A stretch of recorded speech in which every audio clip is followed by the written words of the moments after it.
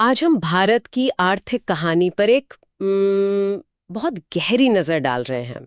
दिसंबर 2025 के आखिर में एक बहुत बड़ी खबर आई। हाँ। भारत अब नॉमिनल जीडीपी के मामले में जापान को पीछे छोड़कर दुनिया की चौथी सबसे बड़ी अर्थव्यवस्था बन गया है। बिल्कुल। सरकार का जो इकोनॉमिक रिव्यू है उसके मुताबिक भारतीय अर्थव्यवस्था अब $4.18 ट्रिलियन की हो चुकी है। और इसे गोल्डीलॉक्स दौर कहा जा रहा है। हाँ, गोल्डीलॉक्स मतलब तेज विकास और कम महंगाई का एक दुर्लभ कॉम्बिनेशन। सही बात है। लेकिन ये तो हुई हेडलाइन। असली सवाल तो ये है कि भारत इस मुकाम तक पहुंचा कैसे, क्योंकि कहानी हमेशा से इतनी अच्छी नहीं थी। नहीं, बिल्कुल नहीं थी। आज हमारे पास जो स्रोत हैं वे इस पूरे सफर की परतें खोलते हैं। 1991 के संकट से, जब देश लगभग दिवालिया होने वाला था, से लेकर आज की डिजिटल क्रांति तक। तो चलिए इस पर विस्तार से बात करते हैं। बिल्कुल। और देखिए, सबसे पहली बात तो ये है कि ये जो कामयाबी है ये रातों रात नहीं मिली है। इसकी नींव दशकों पहले रखी गई थी, खासतौर पर 1991 के आर्थिक उदारीकरण से। उस वक्त भारत एक बहुत बड़े भुगतान संतुलन संकट से गुजर रहा था। मतलब हमारे पास विदेशी मुद्रा खत्म हो गई थी। लगभग। हालत इतनी खराब थी कि हमारे पास सिर्फ कुछ हफ्तों के आयात का बिल चुकाने के लिए डॉलर्स बचे थे। मैंने पढ़ा है कि सरकार को अपना सोना तक गिरवी रखना पड़ा था। जी हाँ, ये सच है। आज ये सोचना भी अजीब लगता है ना। बहुत। तो 1991 में ऐसा क्या हुआ जिसने सब कुछ बदल दिया? उस दौर को लाइसेंस राज का दौर भी कहते हैं। ये क्या था असल में?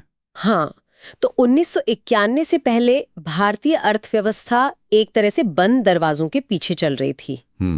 लाइसेंस राज का मतलब था कि आपको लगभग हर छोटा बड़ा उद्योग शुरू करने के लिए सरकारी लाइसेंस चाहिए होता था। हर चीज के लिए?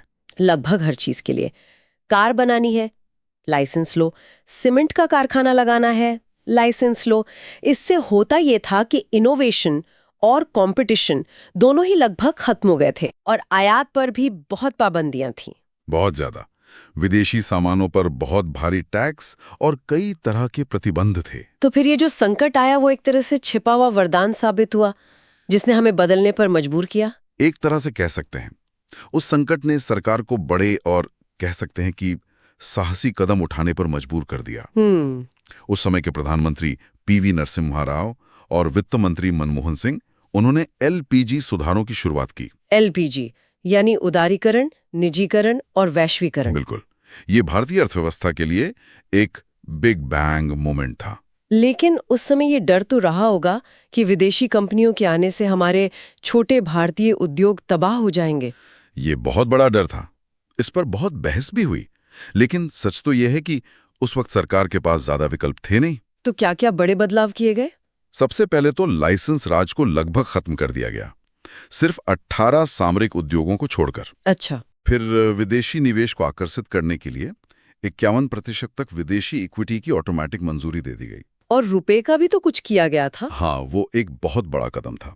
रुपए का लगभग 19% अवमूल्यन किया गया। अवमूल्यन क्यों? इसका क्या फायदा हुआ? इसका सीधा मकसद था भारतीय निर्यात को विदेशी बाजारों में सस्ता बनाना। अगर हमारा सामान सस्ता होगा तो ज्यादा बिकेगा, और उससे हमें कीमती विदेशी मुद्रा मिलेगी। बिल्कुल, जिसकी हमें उस वक्त सख्त जरूरत थी।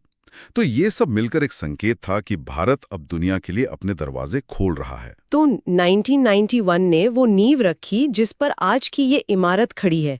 लेकिन हाल के सालों में इस इमारत को तेजी से ऊपर उठाने वाले पिलर्स कौन से रहे हैं? हमारे स्रोत 3 बड़े फैक्टर्स की तरफ इशारा करते हैं। एक डिजिटल क्रांति, मैन्युफैक्चरिंग पर नया जोर, और एक बहुत बड़ा टैक्स सुधार। चलिए डिजिटल पब्लिक इंफ्रास्ट्रक्चर यानी डीपीआई से शुरू करते हैं। India stack. हाँ, इंडिया स्टैक। इसमें आधार, यूपीआई, फास्टैग जैसी चीजें शामिल हैं। और ये सिर्फ टेक्नोलॉजी नहीं है, इसने भारतीय अर्थव्यवस्था के काम करने का तरीका ही बदल दिया है। इसका असर कितना बड़ा रहा है? मुझे याद है नैस्कॉम की एक रिपोर्ट में कुछ बहुत ही चौंकाने वाले आंकड़े थे। बिल्कुल। नैस्कॉम की रिपोर्ट बताती है कि सिर्फ 2022 में इन डीपीआईज ने भारत की जीडीपी में लगभग 0.9% का मूल्य जोड़ा। 0.9%? हाँ, जो कि लगभग $31.8 बिलियन होता है। वाह! अब ये $31.8 बिलियन सिर्फ एक आंकड़ा नहीं है। इसका असली मतलब ये है कि अर्थव्यवस्था का एक बहुत बड़ा हिस्सा जो पहले कैश पर अनौपचारिक तरीके से चलता था, अब वो डिजिटल और पारदर्शी हो गया है। यूपीआई का योगदान तो समझ में आता है, हम सब उसे हर रोज इस्तेमाल करते हैं। लेकिन आधार ने 15.1 बिलियन डॉलर कैसे जोड़े? एक पहचान पत्र से इतना बड़ा आर्थिक फायदा? ये बहुत अच्छा सवाल है। देखिए, आधार का सबसे बड़ा योगदान आया डायरेक्ट बेनिफिट ट्रांसफर यानी डीबीटी से। अच्छा। पहले जब सरकारी योजनाओं का पैसा भेजा जाता था तो बीच में बहुत सारा लीकेज होता था, मतलब पैसा सही व्यक्ति तक पहुंचता ही नहीं था। हाँ, ये तो एक बड़ी समस्या थी। आधार ने हर व्यक्ति को एक डिजिटल पहचान दी, जिससे पैसा सीधे उनके बैंक खाते में जाने लगा। इससे जो बचत हुई वो जीडीपी में जुड़ गई। समझ गई। तो डिजिटल इंफ्रास्ट्रक्चर ने तो लेन देन और सेवाओं का तरीका ही बदल दिया। लेकिन अर्थव्यवस्था तो सिर्फ डिजिटल नहीं होती। सही बात है। उसे बनाने और बेचने के लिए सामान भी चाहिए। यहीं पर मैन्युफैक्चरिंग की बात आती है। और मैंने चाइना प्लस वन रणनीति के बारे में बहुत सुना है। चाइना प्लस वन एक बहुत बड़ा ग्लोबल ट्रेंड है। कई सालों तक दुनिया की बड़ी बड़ी कंपनियां अपना सारा सामान सिर्फ चीन में बनाती थीं। हाँ, फैक्ट्री ऑफ द वर्ल्ड। बिल्कुल। लेकिन अब वो अपनी निर्भरता कम करने के लिए चीन के अलावा एक और देश में भी अपना मैन्युफैक्चरिंग बेस बनाना चाहती हैं, और भारत इसके लिए एक बहुत मजबूत दावेदार बनकर उभरा है। हमारी दावेदारी मजबूत क्यों है? क्या खासियत है हमारे पास? दो बड़े फायदे हैं। पहला है हमारा डेमोग्राफिक डिविडेंड, मतलब हमारी युवा आबादी। हाँ, 2023 के आंकड़ों के मुताबिक भारत की 28.4% आबादी 30 साल से कम उम्र की है, जबकि चीन में ये सिर्फ 20.4% है। दूसरा फायदा है लागत। डिलॉयट की एक स्टडी बताती है कि भारत में औसत मैन्युफैक्चरिंग मजदूरी चीन के मुकाबले लगभग 47% कम है। ये तो कागज पर बहुत अच्छा लगता है, युवा आबादी और कम लागत। लेकिन हम ये भी सुनते हैं कि देश में बेरोजगारी एक बड़ी चिंता है। तो क्या ये डेमोग्राफिक डिविडेंड कहीं डेमोग्राफिक चुनौती तो नहीं बन रहा? ये इस कहानी का दूसरा और सबसे जरूरी पहलू है। सिर्फ युवा आबादी होने से कुछ नहीं होता, उनके हाथों में काम भी होना चाहिए। बिल्कुल। और इसी चुनौती से निपटने के लिए सरकार ने प्रोडक्शन लिंक्ड इंसेंटिव यानी पीएलआई योजना शुरू की। अच्छा, पीएलआई स्कीम। तो क्या ये काम कर रही है? आंकड़े तो काफी सकारात्मक हैं। अगस्त 2024 तक के डेटा के अनुसार इस योजना से 1.46 लाख करोड़ रुपए का निवेश आया है। 1.5 लाख करोड़? हाँ, और 12.5 लाख करोड़ रुपए का उत्पादन हुआ और लगभग 9.5 लाख नौकरियां पैदा हुई। तो ये दिखाता है कि सही दिशा में दिए गए प्रोत्साहन काम कर सकते हैं। लेकिन यहाँ एक और सवाल उठता है जो हमारे स्रोत भी उठाते हैं। और वो क्या है? सवाल ये है कि चाइना प्लस वन का जितना बड़ा अवसर है, क्या हम उसका पूरा फायदा उठा पा रहे हैं? कई निवेशक अभी भी भारत आने में हिचकिचाते हैं।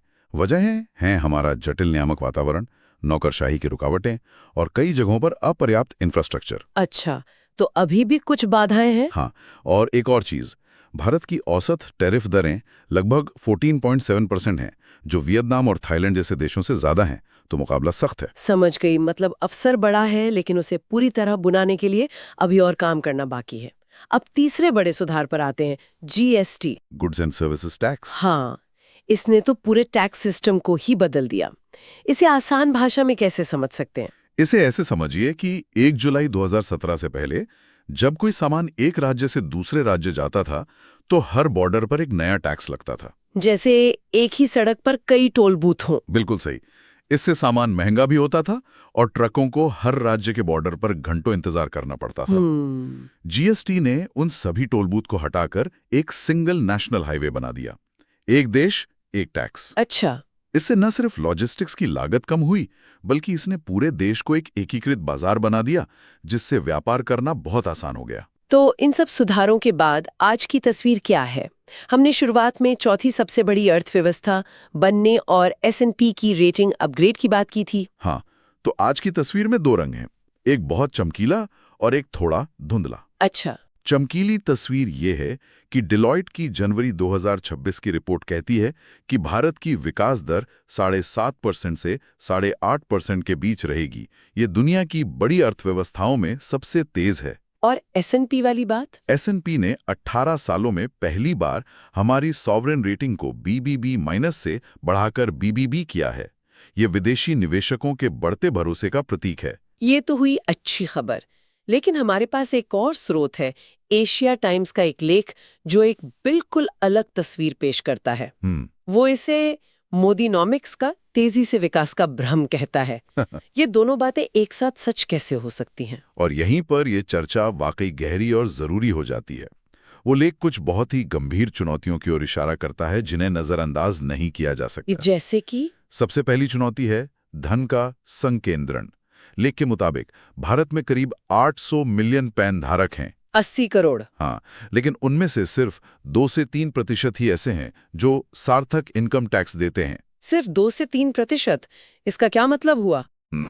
इसका मतलब ये है कि आर्थिक विकास का फायदा बहुत कम लोगों तक ही सिमटा हुआ है। और इससे एक बहुत बड़ा विरोधाभास पैदा होता है। एक तरफ IMF हमें दुनिया की सबसे तेजी से बढ़ती अर्थव्यवस्था बता रहा है और दूसरी तरफ हमारे ही देश में लगभग 800 मिलियन लोग, यानी आधी से ज्यादा आबादी, हाँ, वो सरकारी मुफ्त अनाज पर निर्भर हैं ताकि उन्हें भूखा ना रहना पड़े। तो सवाल उठता है कि विकास हो रहा है, पर वो किसके लिए हो रहा है? और हमारे स्रोतों में एक और चिंताजनक बात का जिक्र है, पूंजी का पलायन। Henley private wealth migration report के मुताबिक पिछले साल करीब 3,500 करोड़पति भारत छोड़कर चले गए। हाँ, HNWIs। ये तो बहुत अजीब बात है। अगर देश इतनी तेजी से बढ़ रहा है तो अमीर लोग देश क्यों छोड़ रहे हैं? ये एक बहुत ही जटिल सवाल है और आत्मविश्वास पर चोट करता है। इसके कई कारण हो सकते हैं। बेहतर जीवन शैली, टैक्स नियम, ये शायद उन्हें लगता है कि दूसरा देशों में ज्यादा अवसर हैं। लेकिन जब देश के सबसे सफल लोग ही देश छोड़ने लगें तो ये अर्थव्यवस्था के स्वास्थ्य पर एक सवालिया निशान जरूर लगाता है। तो इन सभी जानकारियों को एक साथ रखकर देखें तो क्या निष्कर्ष निकलता है? एक तरफ हम दुनिया की चौथी सबसे बड़ी अर्थव्यवस्था हैं, हमारा डिजिटल सेक्टर धूम मचा रहा है। सही बात है। और बड़ी कंपनियां भारत में फैक्ट्री लगाना चाहती हैं। दूसरी तरफ देश के अंदर गहरी असमानता है और संरचनात्मक कमजोरियां हैं। बिल्कुल। और आगे का रास्ता इन्हीं दो सच्चाइयों के बीच संतुलन बनाने से निकलेगा। विकास की गति को बनाए रखना जरूरी है, लेकिन साथ ही ये भी सुनिश्चित करना होगा कि इसका लाभ ज्यादा से ज्यादा लोगों तक पहुंचे। डिलॉयट की रिपोर्ट भी यही सुझाव देती है कि अब सुधारों का ध्यान सप्लाई साइड सुधारों पर होना चाहिए। सप्लाई साइड सुधार, इसका क्या मतलब है? इसका मतलब है कि अब हमें अर्थव्यवस्था की क्षमता बढ़ाने पर काम करना होगा, जैसे उत्पादकता बढ़ाना, लॉजिस्टिक्स को और बेहतर करना, और सबसे जरूरी क्या Tier 2 और Tier 3 शहरों में वर्ल्ड क्लास इंफ्रास्ट्रक्चर बनाना। विकास को सिर्फ दिल्ली, मुंबई, बेंगलुरु तक सीमित रखने के बजाय छोटे शहरों और कस्बों तक ले जाना होगा, ताकि वहां रोजगार के नए अवसर पैदा हों। बिल्कुल, और क्षेत्रीय असमानता कम हो।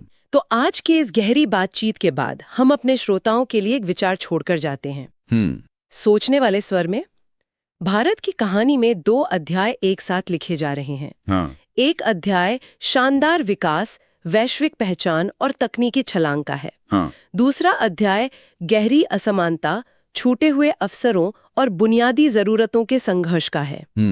सवाल ये नहीं है कि भारत का आर्थिक इंजन तेज चल रहा है या नहीं, आंकड़े बताते हैं कि वो चल रहा है। असली सवाल ये है कि क्या ये इंजन अपनी पूरी क्षमता से तब भी चल पाएगा जब ट्रेन के ज्यादातर डिब्बों तक उसकी ऊर्जा पहुंच ही नहीं रही हो? इस सवाल का जवाब ही आने वाले दशकों में भारत की दिशा और दशा तय करेगा।